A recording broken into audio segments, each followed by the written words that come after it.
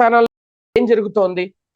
తాజాగా కొద్ది రోజుల క్రితం బోమన కరుణాకర్ రెడ్డి గారు ఒక పాయింట్ రేజ్ చేశారు. అది కూడా గోమేధానికి సంబంధించి. తిరుమలలో ఉన్న టీటీడీకి సంబంధించిన గోశాలలో ఆవులు చనిపోతున్నాయి. గోవుల మరణాలకు సంబంధించి ఆయన కొన్ని ఫోటోలు కూడా విడుదల చేశారు. అక్కడ చనిపోయిన గోవులకు సంబంధించి అవన్నీ చూపించారు. అక్కడ ఏం జరుగుతుంది ఏంటని. ఇమీడియట్ గా దాని మీద ఈఓ స్పందించారు. అలాగే ప్రస్తుత చైర్మన్ స్పందించారు. అసలు ఇప్పుడేమీ జరగలేదు, గత 3 నెలలుగా 43 ఆవులు చనిపోయినాయి అని ఒక వెర్షను. అసలు జగన్మోహన్ రెడ్డి హయాంలోనే ఎలాంటి ఫెసిలిటీస్ ఇవ్వలేదు, సరైన ఆహారం పెట్టలేదు, పురుగులు పట్టిన ఆహారం, పాడైపోయిన ఆహారాన్ని పెట్టి గోవుల్ని చంపేశారు అనేది కొత్త వెర్షన్ తీసుకొచ్చారు. అసలు ఇంతకు ముందు అధికారంలోకి రాగానే కూటమి ప్రభుత్వం కల్తీ నెయ్యి, లడ్డూలో కల్తీ నెయ్యి వాడుతున్నారు అనే పాయింట్ రేజ్ చేసి అప్పుడే చాలా హడావుడి జరిగింది. ఇప్పుడు ఏకంగా గోవులు చనిపోయిన ఫోటోలు చూపిస్తున్నా, వీళ్ళ కూడా అప్పుడు చనిపోయిన ఆవుల ఫోటోలు వీళ్ళు చూపిస్తున్నారు, ఇప్పుడు చనిపోయిన ఆవుల ఫోటోలు వైసీపీ నాయకులు చూపిస్తున్నారు.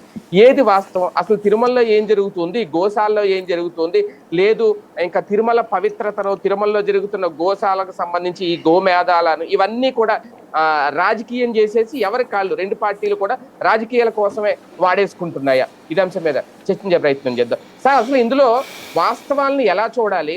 ఇది కూడా ఒక రాజకీయ కోణంలో చూడాలా? బోమన కరుణాకర్ రెడ్డి గారు ఒక పాయింట్ రేజ్ చేశారు, కొన్ని అంశాలను బయట పెట్టారు. ఇప్పుడు మొత్తం జగనే చంపేశాడు, జగన్ హయాంలో కూడా చాలా గోవులు చనిపోయినాయి, దానికి రకరకాల కారణాలు చెప్తున్నారు, రకరకాల ఆధారాలు చెప్తున్నారు. అసలు ఏం జరుగుతోంది? కుక్క పని కుక్క చేయాలి, గాడిద పని గాడిద చేయాలి. రాజకీయ నాయకుడు రాజకీయం చేయాలా, అధికారులు అధికారిక ఉద్యోగం చేయాలి. అది మర్చిపోతున్నాం మనం. ఆ సున్నితమైనటువంటి రేఖ దాటేస్తున్నాం. కరుణాకర్ రెడ్డి అనేటటువంటి ఆయన ఓ వివరాలతో ఒకటి వీడియోలతో సహా ప్రజెంట్ చేశాడు. పీపీటీ వీళ్ళు చెప్పే పవర్ పాయింట్ ప్రజెంటేషన్ చేశాడు. దాంట్లో కొన్ని గోవులను చూపెట్టారు. వీళ్ళు చెప్తున్నారు కదా అవన్నీ ఫేక్ అని, తీసుకెళ్ళి అరెస్ట్ చేసి జైల్లో పెట్టి, అంత పెద్ద ఆరోపణ, అబద్ధపు ఆరోపణ, అవన్నీ ఫేక్ ఫోటోలు ఊరుకునే వాళ్ళ గూగుల్లో ఎతికి ఆ ఫోటోలు ఎక్కడెక్కడి నుంచి వచ్చినాయో తీసి ఇదిగో ఆ రోజున ఆ ఊళ్ళో అక్కడ జరిగితే అని వీళ్ళందరూ ఎదువరకు హైలైట్ చేసేవాళ్ళు కదా. మరి ఎందుకు బయట పెట్టలేదు? ఎందుకు ఆగిపోయింది? నెంబర్ 1. నెంబర్ 2, అక్కడ గోవులకి ఏమీ జరగలేదు. కరుణాకర్ రెడ్డి ఆ మాట చెప్పకపోతే వీళ్ళు ఎంకి చెప్పేవాళ్ళ? అదే కదా. ఒకళ్ళు 20 ఆవులు చనిపోయినాయి, ఒకళ్ళు 42 ఆవులు చనిపోయినాయి, ఒకళ్ళు 43 ఆవులు చనిపోయినాయి, ఇంకొకళ్ళు అసలు ఏమీ చనిపోలేదు. ఏంటి బాబు గారు అయితే అసలు ఏం చనిపోలేదని? అదే ఎందుకు ఈ తప్పు ప్రచారం? మనం గోవులు చనిపోవడం జరుగుతుంది. అయితే ఇక్కడ సమస్య ఏంటి? వట్టిపోయిన ఆవులు చనిపోవడం సహజం, వయసు రీత్యా ఉండేటటువంటి. అనారోగ్యం బారిన పడ్డటువంటి, అది వాళ్ళకి తెలియకుండా జరిగితే అనారోగ్యం బారిన పడినటువంటి ఆవులకి ట్రీట్మెంట్ ఇప్పిస్తున్నారా, ఇప్పించట్లేదా? అది ఎలా తెలుసుద్ది? చెప్పాలి కదా. అదేం చేయట్లేదా వీళ్ళు? అనారోగ్యం బారిన పడిన ఆవులు, అలాగే వట్టిపోయిన ఆవులు, ఇదిగో సోన్సు ఆవుకి సోన్సు అనారోగ్యం వచ్చింది, వీళ్ళు చూపెట్టిన ఫోటోలో ఉన్న ఆవుకి ఇన్నాళ్ళ నుంచి ట్రీట్మెంట్ ఇస్తున్నాం, ఇప్పుడు ప్రాణాలు కోల్పోయింది. ఇది కదా బాధ్యతాయుతమైనటువంటి సమాధానం. అంటే అందులో దూడలు కూడా ఉన్నాయి కదా. అదే నేను అంటోంది. అది నేను అనేది నెంబర్ 2 పాయింట్. అది నెంబర్ 3 పాయింట్ వచ్చేటప్పటికి అతను చూపెడుతున్నటువంటిది వట్టిపోయిన ఆవులు కాదు, దూడలు. దూడ ఎందుకు చనిపోయింది? సాధారణంగా మనకి శిశు మరణాలు జరుగుతుంటాయి డెలివరీలో, అట్లాగే ఏదన్నా జరిగిందా? అప్పుడు లోపం ఏంటి, ఎందుకు జరుగుతుంది, పరిష్కారం ఏంటి? అక్కడ డెలివరీ టైంలో జరిగినవి కాదవి, అదైతే తెలిసిపోతుంది విజువల్లో. కానీ వాళ్ళు చూపెడుతున్నటువంటిది ఆ తర్వాతన పెరుగుతున్నటువంటి దూడ. ఇంకా చిన్న దూడలు ఉంటాయి సార్ అవి. ఎందుకని చనిపోయినాయి? దానికి కారణం ఏమన్నా అసలు ఆ పోస్ట్ మార్టం రిపోర్ట్ డిస్క్లోజ్ చేయొచ్చుగా. ఈ దూడకి సో కారణాల వలన వీళ్ళు మేము పోస్ట్ మార్టం ఇవన్నీ చేయిస్తున్నాం అన్నారు కదా. అది ఎవరు సమాధానం చెప్పాలా? సంబంధిత వెటర్నరీ ఇన్ఛార్జి చెప్పాలి. వెటర్నరీ ఇన్ఛార్జి మనం సస్పెండ్ అయ్యాడు. ఏదైతే అదేదో ఈ ట్రోల్ చేస్తున్నారు, దీని వల్ల సస్పెన్షన్, దీని మూలంగా కాదు ఆయన అయింది. తిరుపతిలో తొక్కిసలాట జరిగింది కదా మొన్న, వైకుంఠ ఏకాదశి అప్పుడు. ఆ తొక్కిసలాట జరిగిన ప్రాంతపు ఇన్ఛార్జీనే దీనికి సంబంధించిన గోశాల హెడ్ అనమాట, వెటర్నరీ డాక్టర్. Okay okay. ఆయన్ని సస్పెండ్ చేశారు. చంద్రబాబు గారి నోట్లో నుంచి వచ్చిన సస్పెన్షన్ ఆర్డర్ అతను కూడా ఒకళ్ళు అనమాట. ఆహా. ఇప్పుడు అక్కడ ఆ ప్లేస్లో ఇంకొకళ్ళని నియమించాలి. ఏం చేశారు, అటవీ శాఖ అధికారికి ఇన్ఛార్జిగా ఇచ్చారు. అటవీ శాఖ అధికారి అడవి చూసుకోవాలి, ఇది చూసుకోవాలి. అవును. అసలు అక్కడ దాకా ఎందుకు, ఆ గోశాల పర్యవేక్షించేటటువంటి సిబ్బంది ఉంటారు కదా, వాళ్ళు కదా జవాబుదారీ. ఇన్ఛార్జ్ ఏముంటుంది, పైన చూస్తాడు, కింద ఇవన్నీ చూడాల్సింది ఆయన కదా. నెంబర్ 2 అది. నెంబర్ 3 ఏం చేయాలా, శుభ్రంగా ఈవో గారు, చైర్మన్ గారు అక్కడికి వెళ్ళి, ఇదిగో మేము ఇంత చక్కటి నాణ్యమైనది ఇస్తున్నాం, అయినా కొన్ని పొరపాట్లు జరుగుతాయి, చనిపోతుంటాయి, దాన్ని రాజకీయాలు చెయ్యొద్దు అని అక్కడితో అయిపోవాలి. కానీ రాజకీయం వీళ్ళు చేస్తున్నారు. వాళ్ళ టైంలో ఎక్కువ చచ్చిపోయినాయి, అన్ని చచ్చిపోయినాయి, ఇన్ని చచ్చిపోయినాయి అని విజిలెన్స్ చెప్పింది. ఏం మరి ఎందుకు అరెస్ట్ చేయలేదు? అప్పుడు ఎవరిది లోపం? అప్పుడైనా ఇప్పుడైనా గోవులు చనిపోతూనే ఉన్నాయి, చనిపోతాయి కూడా. ఎందుకంటే అన్ని వందల ఆవులు ఉన్నప్పుడు అందులో కొన్నిటికి కొన్ని రకాలైన సమస్యలు వస్తుంటాయి. అయితే ఇక్కడ జవాబుదారీతనం కావాల్సింది ఏంటంటే, తిరుమల తిరుపతి దేవస్థానం క్రిందటిసారి ఆయన పేరేంటి, జవహర్ రెడ్డి గారు ఈవోగా ఉన్నాడు. అప్పుడు ఈవోగా ఉన్నప్పుడు ఆయన వెటర్నరీ డాక్టర్ జవహర్ రెడ్డి, ఆయనతో పాటు ధర్మారెడ్డి ఈవోగా ఉన్నారు, ఇన్ఛార్జ్ ఈవోగా. వీళ్ళందరూ కూర్చుని తిరుమల వెంకన్నకి ఒక నవనీత సేవ చెయ్యాలని ప్లాన్ చేశారు. అంటే అక్కడే గోవుల్ని పెంచి ఆ గోవుల నుంచి వచ్చిన పాలతోనే వెన్న తీసి, ఆ వెన్నతోనే నెయ్యి తీసి, ఆ నెయ్యితోనే ధూప దీప నైవేద్యం, ఈ మూడిటికి వాడాలి అని ఒక ప్లాన్ చేశారు. అందుకోసం ఇక్కడ ఈ ప్రాంతానికి సంబంధించిన గోవులలో అంత పొటెన్షియల్ ఉండవని చెప్పేసి దేశంలో ఎక్కడెక్కడ అంటే 8 ప్రదేశాలకు సంబంధించిన గోవులు, గిర్ గోవుల దగ్గర నుంచి రాజస్థాను, గుజరాత్, అట్లాగే వివిధ ప్రాంతాలకు సంబంధించినటువంటి ఆవుల్ని తెప్పించారు అక్కడికి. 500 ఆవులు. అదేం టీటీడీ డబ్బులు పెట్టుకోవాలా, మళ్ళీ దానికి డోనర్ల చేత ఇప్పించుకున్నారు. అవి 1,50,000 నుంచి 2 లక్షలు అవి గోవులు. అవి ఉన్నాయా లేవా? ఇప్పుడు 500, అప్పుడు 500 డొనేట్ చేశారు. ఈ 500 ఆవులు ఉన్నాయా లేదా రికార్డుల్లో? రికార్డుల్లో ఆ రోజున తెచ్చినట్టుంది, రికార్డుల్లో అవి నడిచినాయి. ఇప్పుడు అవి ఉన్నాయా లేవా?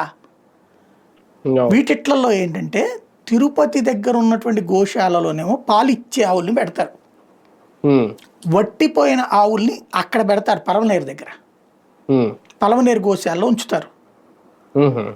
దాంతోపాటు అప్పుడు ఇంకొక కొత్త కాన్సెప్ట్ ఒకటి తయారు చేశారు వీళ్ళు, నాకున్న అవగాహన మేరకు.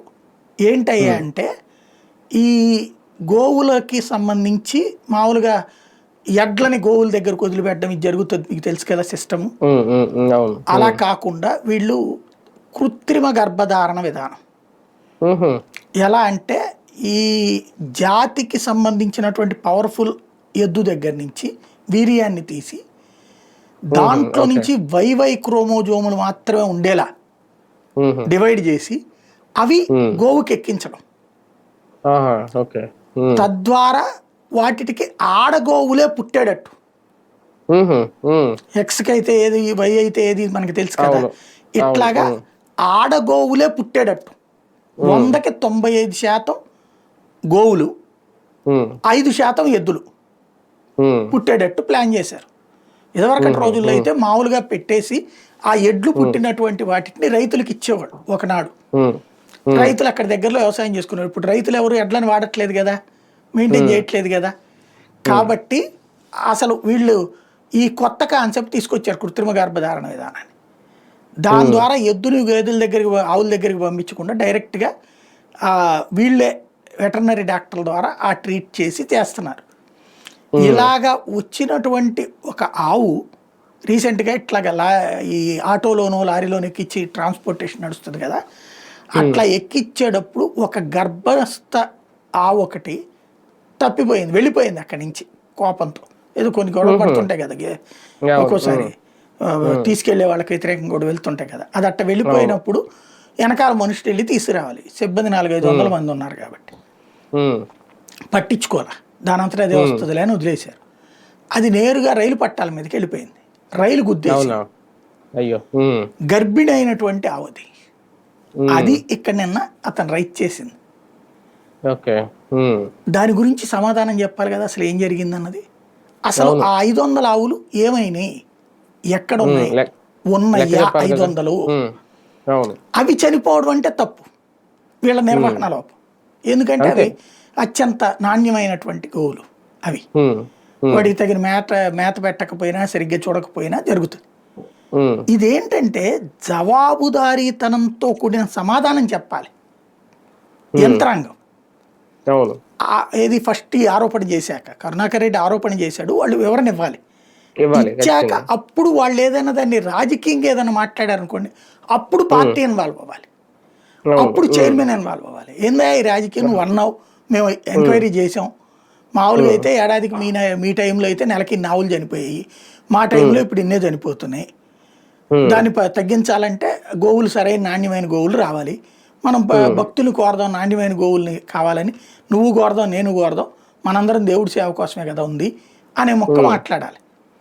అలా కాకుండా ఎడ్డివంటే తెడ్డివంటాను అన్నట్టు ప్రతిదానికి వాళ్ళు అన్నారంటే మేము వ్యతిరేకం, అసలు ఏం జరగలేదు, అంత అద్భుతంగానే ఉంది, అనవసరంగా ప్రచారం, కాకపోతే 20 చచ్చిపోయినాను ఒకళ్ళు, 40 చచ్చిపోయినాను ఒకళ్ళు, 43 చనిపోయినాను ఒకళ్ళు, ఫైనల్గా గోవులు చచ్చిపోతున్నాయి అనేది ఒప్పుకుంటున్నారు.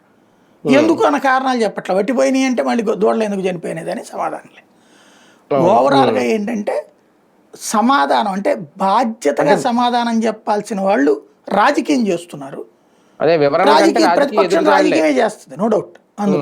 అంటే ఏ విషయంలోనైనా, మన లడ్డు విషయం అయినా, తొక్కిస్ లాంటి విషయం అయినా, ఇప్పుడు ఇదైనా కూడా వివరణల కంటే రాజకీయ ఎదురుదాడులు అనేది ముందు బిగిన్ చేసేస్తున్నారు ఫస్ట్. అదే కదా, అది ఇవాళ కాదు, ఏమార్చడానికి అంటే పబ్లిక్ కి అంటే ఆడికేం అర్హత ఉంది, అట్లాగే తేడా వచ్చింది, ఇట్లా తేడా వచ్చింది అని చెప్పడం. అర్హత అనేది రాజకీయాల్లోనే కాదు, సామాన్య భక్తుడికి కూడా అర్హత ఉంటుంది, అడగటానికి, ప్రశ్నించడానికి. సమాధానం చెప్పాల్సిన నువ్వు ఒక గుడికి సంబంధించిన పొజిషన్లో ఉన్నావంటే సేవకుడివి, నాయకుడివి కాదు, సేవకుడివి. శ్రీవారి సేవ చేసే అదృష్టం నీకు దక్కింది, ఆ సేవ సక్రమంగా ఉండేలా చూసుకో, ఆ సేవకి లోపం రాకుండా చూసుకో. నాకున్న అనుభవంలో అయితే మాత్రం తిరుమల తిరుపతి దేవస్థానం సంబంధించి తప్పు చెయ్యకూడదు, తెలియక తప్పు జరిగితే సరిదిద్దుకోవాలి, స్వామివారి దగ్గర చెంపలేసుకోవాలి పొరపాటు జరిగిందని.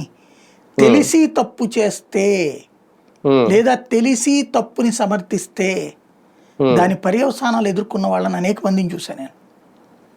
మామూలుగా ఉండదు అది, అది చాలా గుర్తుపెట్టుకోవాలి, చాలా జాగ్రత్తగా ఉండాలి. అంటే ఇది శాపనార్థం కాదు, బెదిరించడం కాదు, కానీ శ్రీవారికి సంబంధించిన వ్యవహారంలో నీకు చేతనైతే నువ్వు ధర్మకర్తవి, నీ ధర్మాన్ని కర్తవ్యంగా నెరవేర్చు.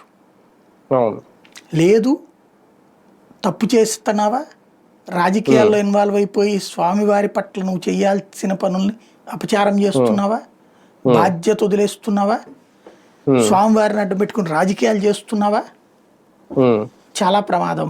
భవిష్యత్తుకు సంబంధించి చాలా జాగ్రత్తగా ఉండాల్సి ఉంటుంది.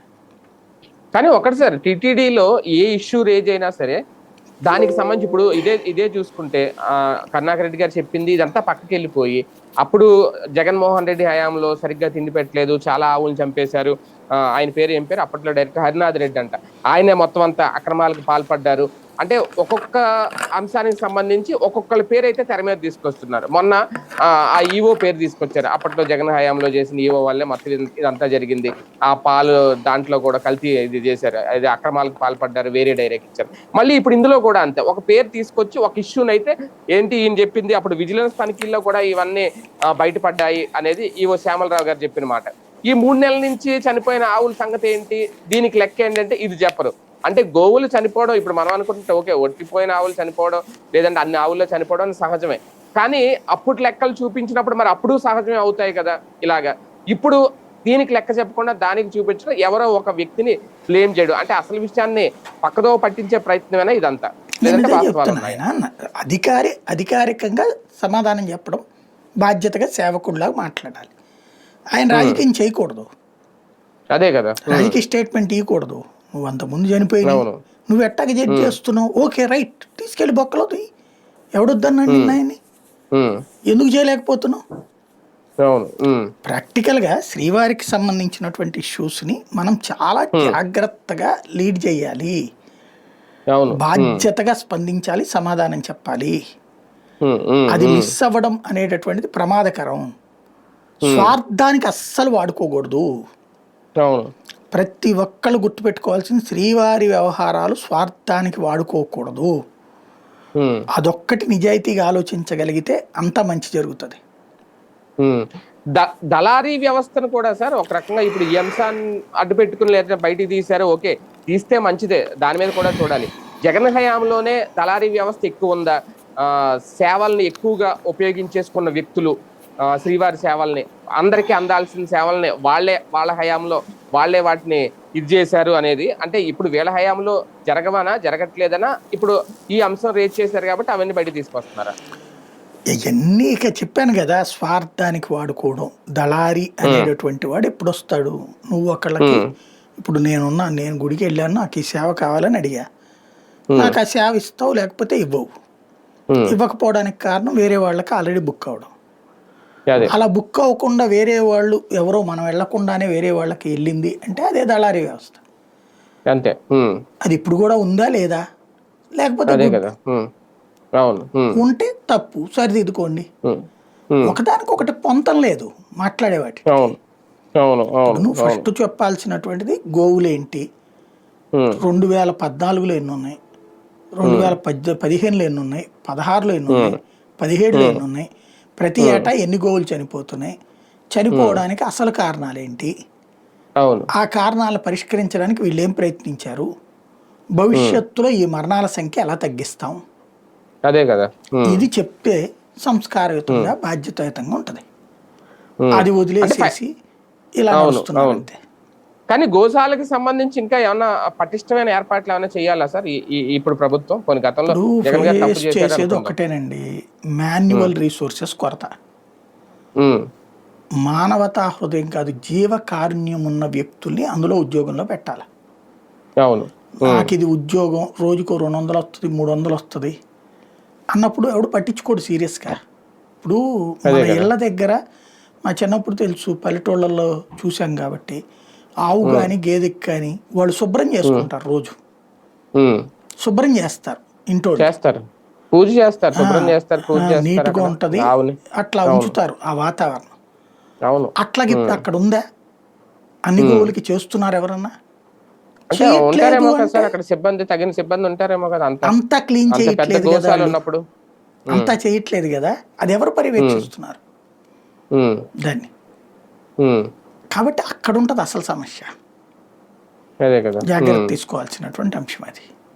అంటే ఇవన్నీ చైర్మన్ లేదంటే ఈవో తీసుకోవాల్సిన నిర్ణయాలే కదా. అంటే ఇక్కడ ఏమైపోతుందంటే ఆ పోస్టుకి వెళ్ళాక అందరూ మనకు అసలు మీకు ఎట్లా ఉంటుందంటే, నేను తిరుపతిలో జాబ్ చేసిన 1.5 ఏడాది లోపు దూరపు చుట్టాలు ఎక్కడో వేలు విడిచిన మేనమామ గారి తమ్ముడు కొడుకు, అక్కయ్య తమ్ముడు అంటాం కదా, అట్లాంటి వాళ్ళు కూడా వచ్చి పలకరించేవాళ్ళు.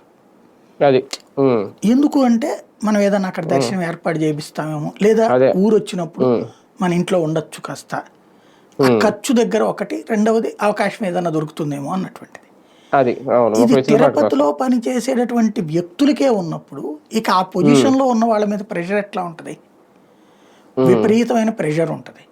ఏది దర్శనాలకు సంబంధించి అందులో బంధువులు ఉంటారు, బాగా సన్నిహిత స్నేహితులు ఉంటారు, ఆ పనులు చేయించుకోవాలి వాళ్ళు. ఆటిట్లలో పడిపోయి ఇవన్నీ మర్చిపోతారు. ఇవి వాస్తవంగా తిరుమల తిరుపతి దేవస్థానం నిర్వహణలో ప్రపంచంలో నెంబర్ 1 అండి, దాన్ని ఏం తప్పుపడడానికి వీలేదు. స్టాఫ్ నెంబర్ 1 అక్కడ. కాకపోతే ఈ కింది స్థాయిలో కొంత నిర్లక్ష్యం ఉండొచ్చు, అది ఎప్పటికప్పుడు సెటరేట్ చేసుకోవాలి, పర్యవేక్షించుకోవాలి, సమీక్షించుకోవాలి. దాంట్లో రాజకీయం చేస్తూ కూర్చోకూడదు మనం. మెయిన్ అదే కదా, ఇటువంటి సమస్యలు వచ్చినప్పుడు దీన్ని అడ్డు పెట్టుకుని రాజకీయం చేసేస్తున్నారు రెండు పార్టీలు. నేను ఇంతకు ముందే చెప్పా, నాయుడు గారు అప్పుడు ఏదో తక్కువ సమయంలోనే దర్శనం 2 గంటల్లోనే ఇంపాజిబుల్, అది తిరుమల చరిత్రలో ఇంపాజిబుల్, జరగదు, మాటలకు మాత్రమే పరిమితం అయ్యిందే. శ్రీవాణి తీసేస్తే దారుణమైన పరిస్థితి అవుతుంది. అయ్యిందా? అంటే బ్రేక్ దర్శనాలకు ఏదో మారుస్తున్నాను అన్నారు కదా, ట్రైలర్ దర్శనం నడుస్తుంది టైమింగ్ ప్రస్తుతం. మార్చడం వేరు, వాళ్ళ అదే, టైమింగ్ అవును. మారుస్తారు విఐపీలు. విఐపీలు, శ్రీవాణికి అవును. అట్లా కాదు కదా, ఇప్పుడు చక్కగా నడుస్తున్నది కదా అది. అదే, ఇవన్నీ ఒక అవును. వ్యవస్థని వ్యవస్థలాగా నడవనియాలి. అవును.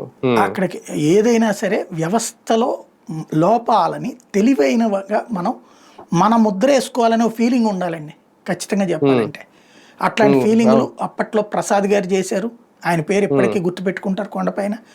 అట్లాగే రమణాచారి చేశారు, ఆయన పేరు గుర్తుపెట్టుకుంటారు కొన్ని. అట్లాగే ధర్మారెడ్డి కొన్ని చేశారు. మంచి చెడులు ఉండొచ్చు, కొన్ని ఎక్కువ ఉండొచ్చు, తక్కువ ఉండొచ్చు, నెగిటివ్ ఇంప్రెషన్ ఉండొచ్చు, మంచి ఇంప్రెషన్ ఉండొచ్చు. మన ముద్ర వేసుకోవాలి అనేటటువంటి ఒక పేరు ఫీలింగ్ ఉండాలి. అవును. అది మంచి 10 మంది మంచిగా చెప్పుకోవాలి మనల్ని. ముద్ర అంటే చెడు ముద్ర అని కాదు. అదే, అవును. ఇప్పుడు తిరుమల కొండ మీద దశాబ్దాలుగా పనిచేస్తున్నటువంటి ఉద్యోగులకి స్థలాలు ఇవ్వాలి అన్నది అప్పుడు కరుణాకర్ రెడ్డి అనుకున్నాడు, తన ముద్ర పడిపోయి ఉంటుంది అన్నటువంటి.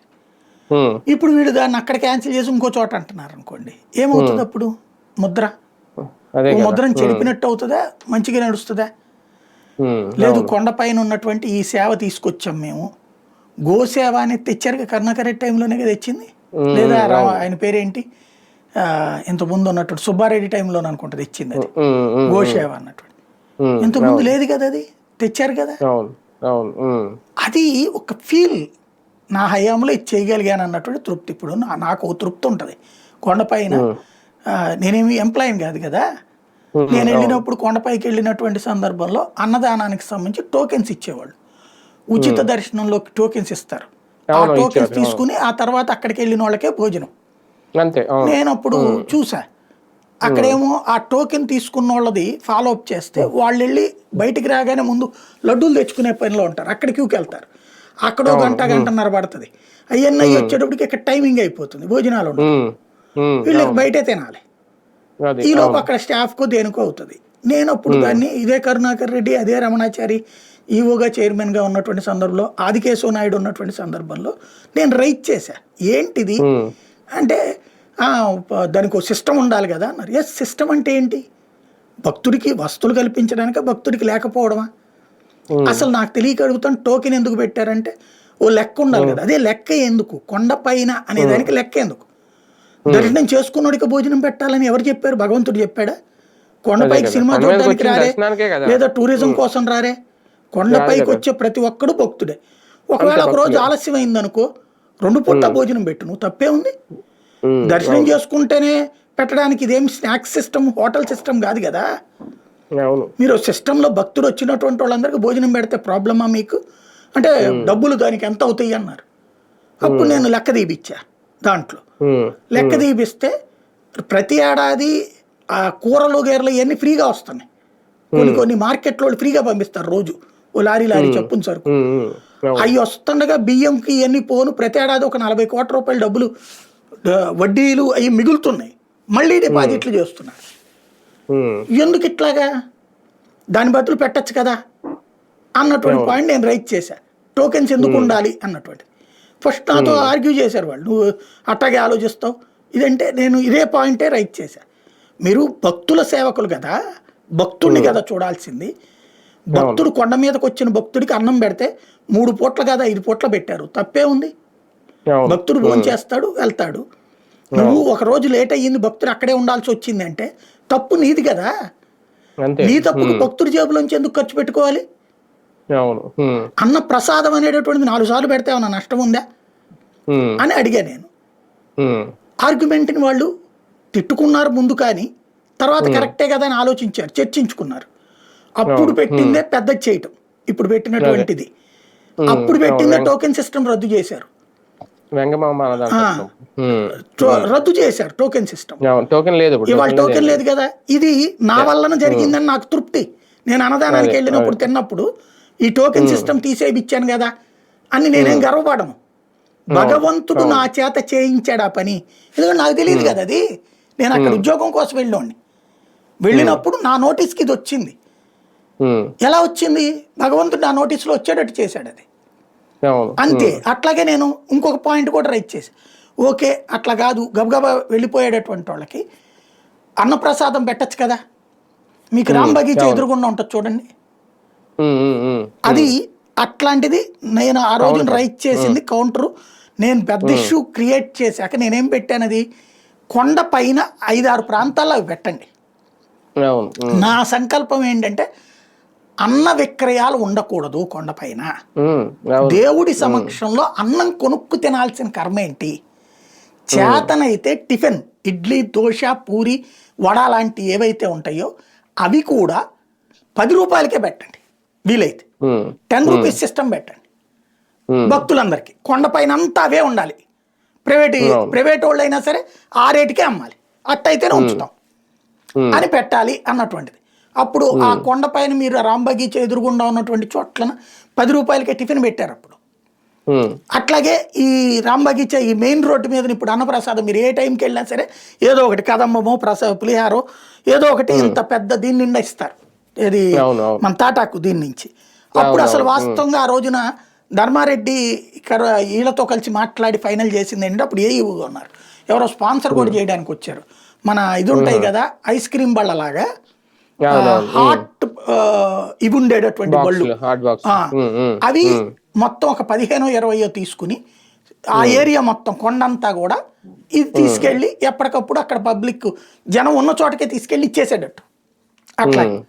అప్పుడు ఇక కొండపైన కొనుక్కునే అవసరమే లేదు ఏది. ఇది ఆ రోజున ఆలోచించారు. కాబట్టి ఈ లోపు ఏమైందో అది తెలియదు. బట్ ఇదైతే మాత్రం రాబాగీచా దగ్గర అట్లాగే క్యూ లైన్లలో ఉన్నటువంటి వాళ్ళకి పంపించేటప్పుడు అప్పట్లో ఈ ప్రైవేట్ వాళ్ళు కొనేవాళ్ళు అమ్మేవాళ్ళు ఏది దీంట్లోకి వచ్చి. నేను అప్పుడు అది రైట్ చేసా, ప్రైవేట్ వాళ్ళ దగ్గర డబ్బులు పెట్టి కొనుక్కోవడం ఎందుకు, మనం పెట్టలేమా అన్నట్టు. మనుషులు కావాలయ్యా అన్నారు. ఇదే గొడవైంది. అంటే ఆర్గ్యుమెంట్ మనల్ని కోపగిస్తూ అన్నప్పుడు మనం గొడవ పడేసి తిట్టుకోవాలా, నేను ఆన్సర్ చెప్పేవాడిని. అప్పుడు ఈ 24 hours పెట్టండి తప్పే ఉంది, పొద్దు నుంచి రాత్రి దాకా పెడితే తప్పేంటన్నా నేను. వాళ్ళు రమణాచారి గారిని అప్పుడు కరుణాకర్ రెడ్డి కానీ లేకపోతే ఆదికేశ్వర నాయుడు కానీ గొప్పగా మెచ్చుకోవాలి. ఆగ్రహం వచ్చినా ఆ అన్నప్పుడు మనం సూటిగా సమాధానం చెప్పిన దానివల్ల అక్కడ మార్పు వచ్చింది. అన్నప్పుడు నేను అన్నా ఏంటి ప్రాబ్లం అంటే మనుషులు పోళ్ళు అంతమంది కావాలి, వడ్డించేవాళ్ళు ఉండేవాళ్ళు అన్నారు. ఉండేవాళ్ళు ఓకే, మీకు దగ్గర ఉన్న దానికి ఇంకో అవసరమైతే ఇంకో ఇద్దరిని పెట్టుకుంటారు, నష్టమే ఉంది దాని మీద వచ్చే డబ్బులతో. వడ్డించేవాళ్ళు మీకు ప్రాబ్లము, శ్రీవారి సేవకులను వాడండి. అంతకుముందు ఏంటంటే వడ్డించే వాళ్ళకి డబ్బులు ఇవ్వాలి, అది ఉండేది, అది ఎక్స్ట్రా ఖర్చు అయిపోతుందని వాళ్ళ ఆలోచన. నేను అన్నా శ్రీవారి సేవకులను పెట్టండి, వాళ్ళకి ఇంకా తృప్తి అన్న. శ్రీవారి సేవకులే వడ్డిస్తారు కదా ఇప్పుడు అక్కడ, దానికోసం శ్రీవారి సేవకులు ఒక టీం పనిచేస్తుంది కదా. అట్లా ఇట్లాగా మనం పాజిటివ్ ఆన్సర్ చెప్పేవాడిని నేను. వాళ్ళు ఆ పాజిటివ్ తీసుకున్నారు. ఇదంతా నాకు ఇది జరిగిన తర్వాత నేను గుళ్ళోకి దర్శనానికి వెళ్ళినప్పుడు అప్పుడప్పుడు వెళ్తాం కదా దర్శనానికి, వెళ్ళినప్పుడు జరిగిన దర్శనం నాకు ఆ భగవంతుడు మనల్ని ఆశీర్వదించాడు అన్నటువంటి ఫీలింగ్ వచ్చింది. అది తెలిసిపోతుంది అక్కడ. అంటే స్వామి వారి దగ్గర నువ్వు ఏం చేస్తావో దాని ఫలితం నీకు వెంటనే తెలుస్తుంది. నాకు అంతకుముందు ఏంటంటే నేను నాస్తికుని కాదు, హేతువాదిని కాదు, భక్తుడినే కానీ విపరీతమైనటువంటి సెంటిమెంట్స్ లేవు నాకు. దండం పెట్టుకుంటాను ఇదైపోతుంది. కానీ తిరుమలలో వర్క్ చేశాక నాకు అక్కడ జరిగిన అనేక అంశాలు నా కారణంగా మార్పు చేర్పులు జరిగాక నాకు ఒక ఫీలింగ్ వచ్చింది. ఆ తర్వాత జరిగిన దర్శనం కానీ ఆ తర్వాత జరిగిన మంచి కానీ చూసినప్పుడు ఓహో భగవంతుడి మహిమ ఇలా ఉంటుంది అన్నటువంటి ఒక బలమైనటువంటి ఫీలింగ్ వచ్చింది. నేను ప్రతి ఒక్కరికి అదే చెప్తా, కొండపైన మీరు చేసే ప్రతి పని కూడా మీకు, మీ కుటుంబానికి, మీ భవిష్యత్ తరాలకి మంచి జరుగుతుంది. మంచి హృదయంతో చేయండి. దాన్ని స్వార్థానికో లేదా తప్పు జరిగితే చెంపలేసుకోండి, పొరపాటు సరి చేసుకుంటామని చెప్పండి. తప్పే చెయ్యకూడదు అనుకోండి, పొరపాటును తప్పు జరగచ్చు, పొరపాటును సరిదిద్దుకోండి. కానీ ఎదురు దాడి చేసి కవర్ చేసుకోవద్దు ఎవరు కూడా, అది మంచిది కాదు. సార్ ఫైనల్ గా ఒక విషయం, ఈ గోవులకు సంబంధించి చనిపోయినాయి అనేది అయితే వాస్తవం. ఓకే, అప్పట్లో ఆరోగ్యకరమైన గోవులు చనిపోయారా, లేదంటే ఇప్పుడు అనారోగ్యంగా చనిపోతున్నాయా, దూడలు ఎందుకు చనిపోతున్నాయి, ఈ పాపం ఎవరిది, దీని మీద ఏమన్నా ఒక ఎంక్వైరీ కమిటీ లాంటిదో వేసి విచారణ చేసి నిజాలు ఏమన్నా తేల్చాల్సిన అవసరం ఉందా? నాకు తెలిసి ఆరోగ్యకరమైన గోవులు అయితే చనిపోవు, ఎవరు చంపరు కూడా అక్కడ. ఉమ్, అనారోగ్యకరమైనటువంటి పరిస్థితి వచ్చిందంటే దానికి సంథింగ్ కారణం ఉంటుంది, అది చెక్ చేసుకోవాలి. అది సహజ సిద్ధం. సాధారణంగా కొన్ని కొన్ని జంతుజాలాల్లో కొన్ని రకాలైన సమస్యలు ఉంటాయి. అట్లాంటి సహజ సిద్ధం అయితే మనం ఏం చేయలేం దానికి. అదే అట్లాంటి ప్రాథమిక దశలోనే వాటిని వేరే వాటిలో దూరంగా ఉంచడమా, ఇట్లాంటి చర్యలు తీసుకోవాలి. ఇది ఒక రెగ్యులర్ ప్రాసెస్ అంతే.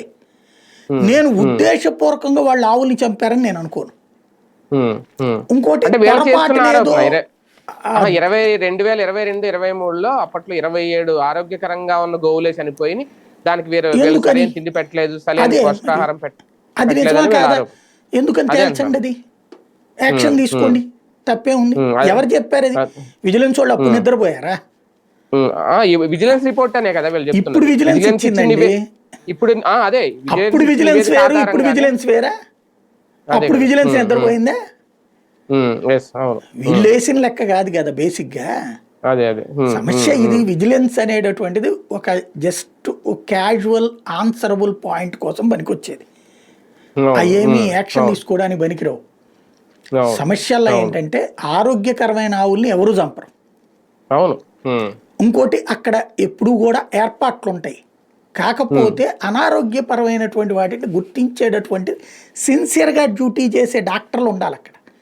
సిన్సియర్గా డ్యూటీ చేసి అవతలకు పంపించేటటువంటి విధంగా యంత్రాంగం ఉండాలి. ఒకవేళ ఏదైనా అనారోగ్యం పాలైన ఆవుని మిగతా వాటితో కలిపేస్తే సమస్య వస్తుంది కదా. ఆ జాగ్రత్తలు తీసుకోవాల్సి ఉంది. అది సిన్సియర్గా చేయండి. ఇప్పటిదాకా జరిగిందే జరగలేదో తెలియదు. ఇకపైన జరగకుండా ఉండేటట్టు చూడండి, సమస్య లేకుండా మంచిగా ఉండేటట్టు చూడండి, సరిపోతుంది. అదే కదా, రైట్. చూద్దాం. మొత్తానికి ఆవులు చనిపోతున్నాయి అనేది అయితే వాస్తవం. కరుణాకర్ రెడ్డి గారు రేజ్ చేసిన అంశంతో చాలా అంశాలు వెలుగులోకి వచ్చాయి. అవి వాస్తవాలా లేదంటే రాజకీయం కోసం చెబుతున్న అవాస్తవాలా అనేది ఇంకా తేలాల్సి ఉంది. ఏది ఏమైనా గోవులను సంరక్షించాల్సిన అవసరం, బాధ్యత ఖచ్చితంగా టీటీడీ మీద ఉంది. ఆ గోశాలకు సంబంధించి ఇక మీదట ఎలాంటి నిర్ణయాలు తీసుకుంటారు, లేదంటే ఇది రాజకీయం కోసమే వాడేసి చెప్పేసి వదిలేస్తారా, ఇంకా వాళ్ళ విజ్ఞతకే వదిలేద్దాం.